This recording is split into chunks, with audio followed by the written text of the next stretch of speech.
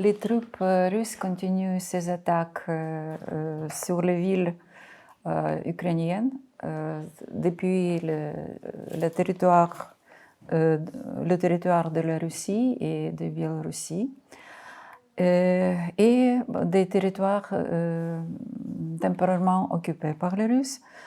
Ça veut dire de Donetsk et Luhansk, région de Donetsk et Luhansk, et de péninsule de Crimée, de la République autonome de Crimée. C'est pourquoi il s'agit d'une guerre à grande échelle lancée par la Russie contre l'Ukraine et non d'un conflit conflit en Ukraine. C'est une vraie guerre. Les directions principales qui sont attaquées par les Russes restent les mêmes. C'est la capitale Kiev, avec le but de changer le gouvernement actuel pour le gouvernement pro-russe. C'est la ville Kharkiv, le deuxième plus grande ville ukrainienne. C'est très près des frontières avec la Russie, mais pendant ces bombardements, plutôt les objets civils, les quartiers civils d'habitation, les immeubles, les écoles, les universités sont détruites, bien sûr, avec les victimes, avec les morts, avec les blessés. Les régions du sud de l'Ukraine, près de Crimée et aussi les régions de la mer Noire et de la mer d'Azov. Les régions de Donetsk et Lugansk. Parce que, par exemple, la ville la ville Mariupol, c'est la ville au cadre des régions administratives de Donetsk. Et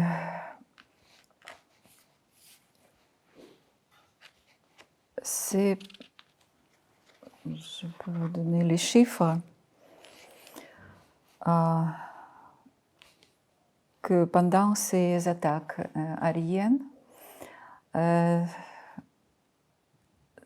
les forces russes ont détruit 202 écoles en Ukraine, 34 hôpitaux et plus de 1500 bâtiments résidentiels qui ont été endommagés ou détruits pour la date de 7 mars.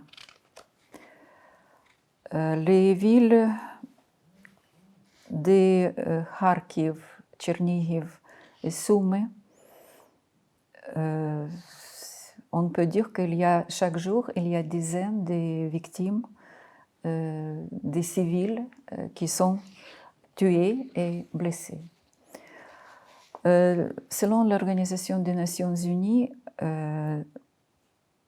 on enregistre 1424 victimes civiles confirmées en Ukraine, 516 tués et 908 blessés. C'est pour le 8 mars. Mais on peut estimer que les chiffres peuvent être beaucoup plus hauts parce que ce sont seulement les chiffres enregistrés. De nombreuses personnes sont perdues à sa maison. C'est presque 2 millions des Ukrainiens. Ils sont devenus les réfugiés.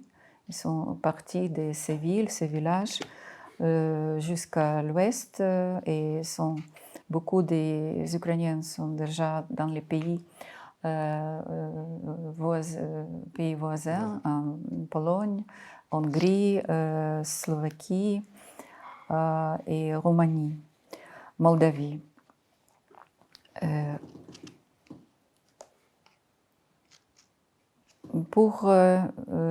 Jusqu'à 9 mars, les autorités ukrainiennes ont organisé les 2 couloirs d'évacuation. Et grâce à ces couloirs, presque 48 000 personnes ont été évacuées des villes Soumy, Energodar et plusieurs petites villes près de la capitale de Kiev. Les villes de Boutcha, Irpin, qui ont été assiégées par les Russes.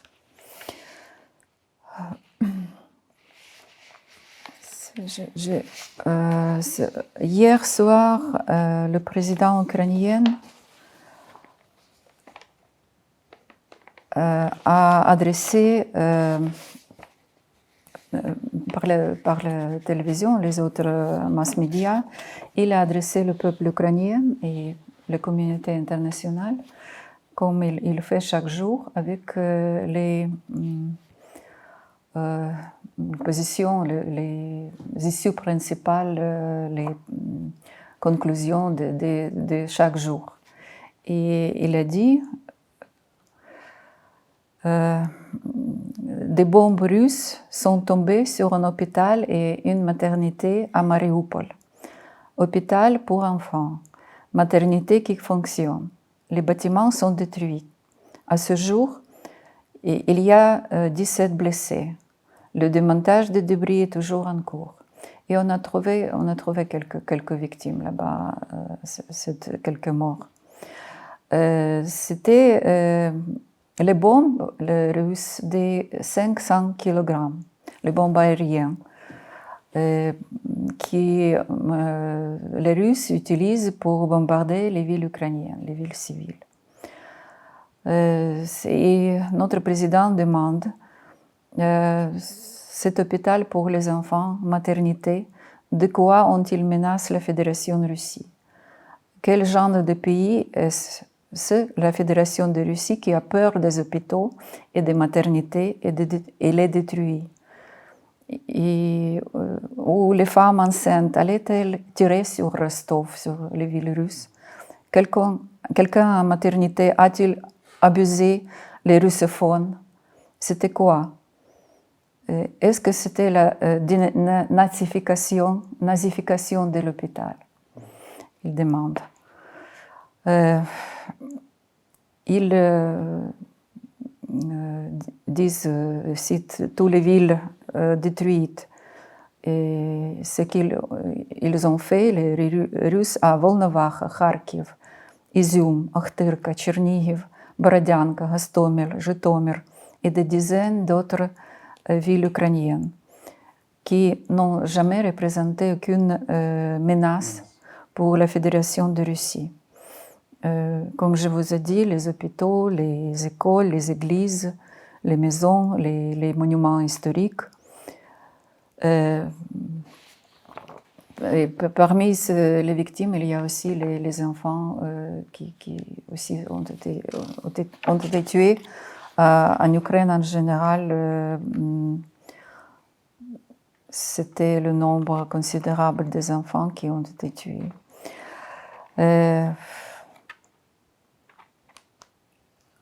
Et il aussi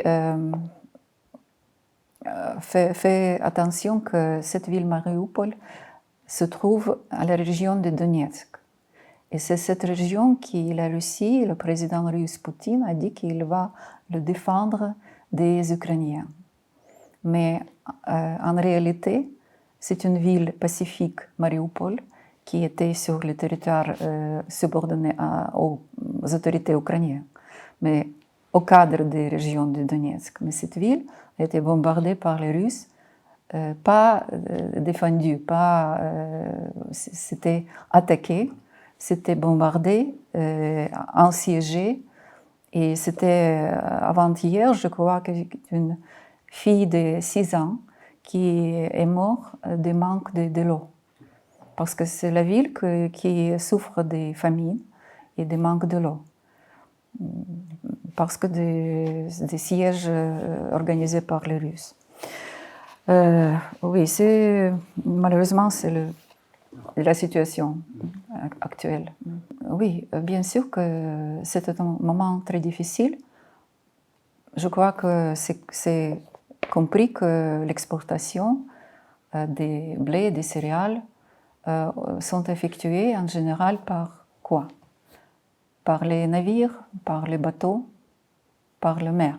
Mais les zones de mer Noire et les mers d'Azov sont bloquées par les Russes et tous les navires, pas seulement les navires ukrainiens, mais tous les navires qui sont là, ils sont menacés ou bombardés, comme les navires, par exemple, sous les pavillons des Bangladesh et de Moldavie ont été déjà bombardés par les Russes au début de cette guerre.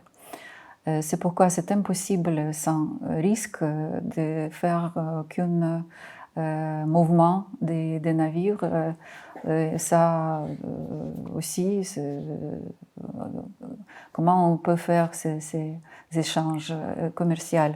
Et puis, avec la situation très grave humanitaire, il faut avoir les réserves pour les Ukrainiens. Parce que maintenant, nous avons besoin de l'aide humanitaire et au premier rang, c'est l'aide des médicaments et des produits d'alimentation. C'est pourquoi on a laissé les produits d'alimentation chez nous pour ces moments critiques pour approvisionner les besoins des Ukrainiens. Mais si le plus vite on termine la guerre, le plus vite on met les agresseurs sur son place pour revenir en Russie et arrêter toutes les attaques, le plus vite la vie normale recommence. Et bien sûr qu'on est toujours intéressé aux échanges commerciaux avec le Maroc. C'était un très grand partenaire. Est-ce qu'il y a des chiffres concernant cet partenariat avec le Maroc? Oui, bien sûr.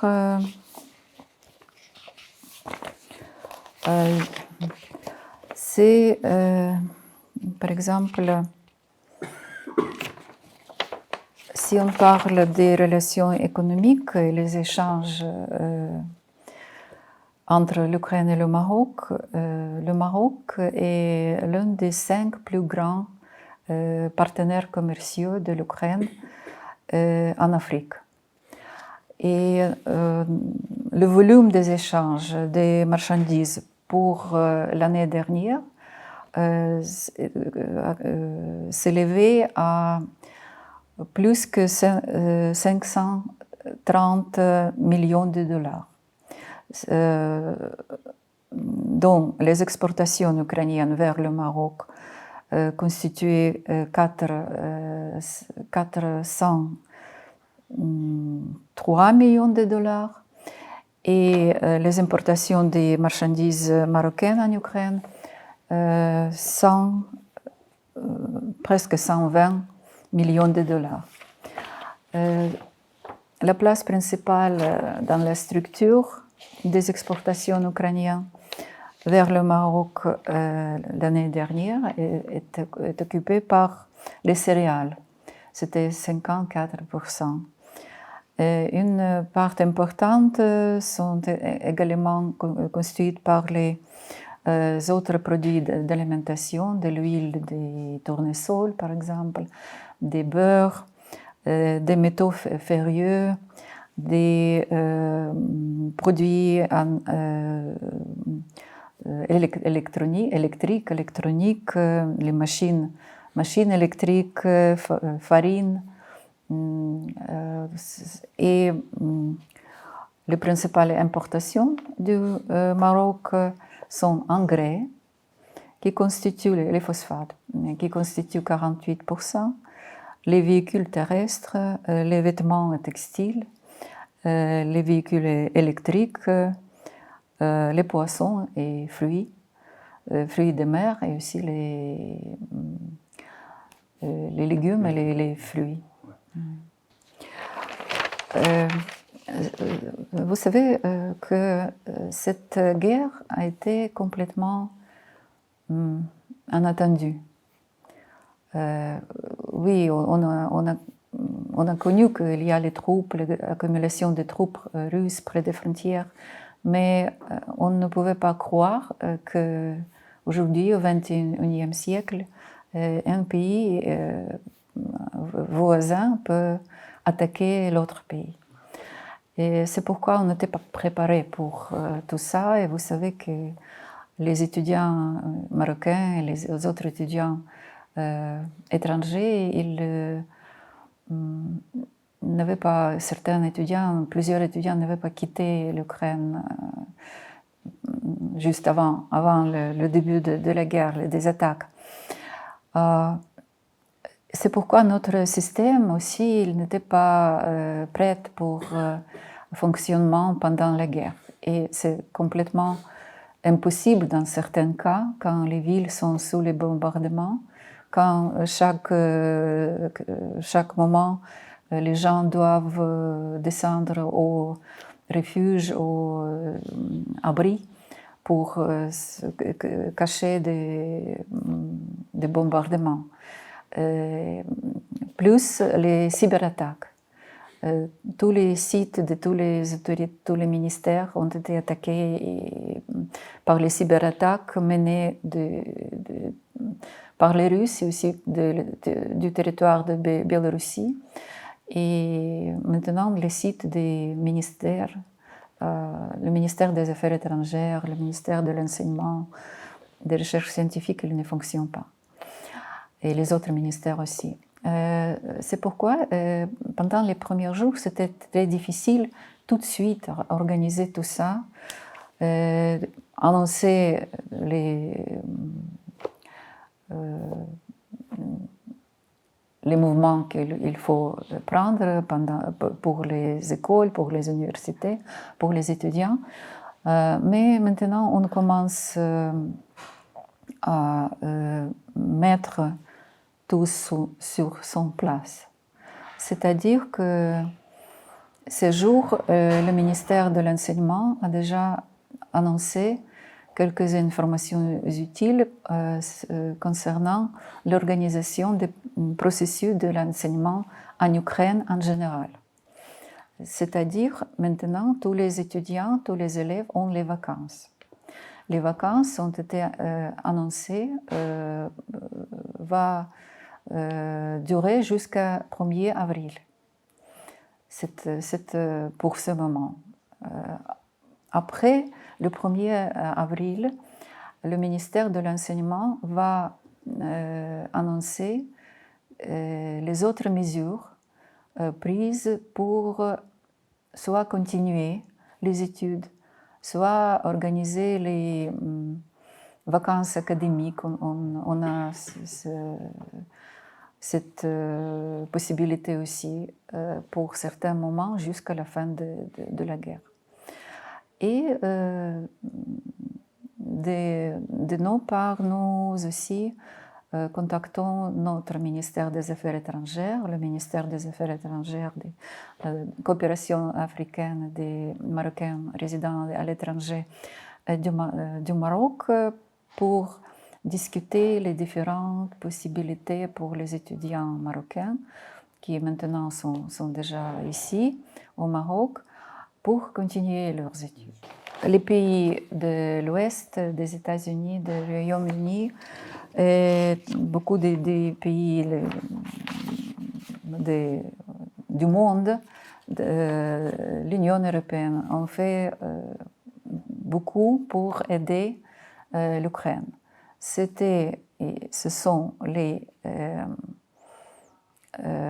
armements, c'était l'aide financière, c'est aussi l'aide humanitaire maintenant, puis les permissions des autres États, les États limitrophes pour accepter les réfugiés ukrainiens sans problème, sans visa, de plusieurs des pays. Oui, nous voulons avoir aussi plus des moyens de défense contre les attaques aériennes. C'est pourquoi nos autorités toujours demande aux pays occidentaux des approvisionnements des avions de chasse et aussi des systèmes de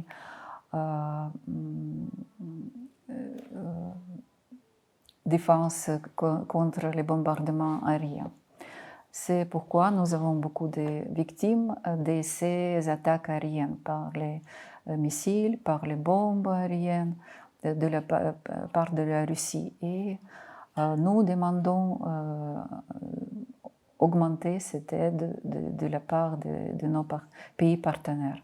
Mais on peut dire que tout le monde, plusieurs pays, et pas seulement les gouvernements, les autorités, mais aussi les Ukrainiens, les communautés ukrainiennes partout dans le monde, ils protestent contre la guerre menée par la Russie. Et aussi les citoyens des autres pays, pas obligatoirement les Ukrainiens.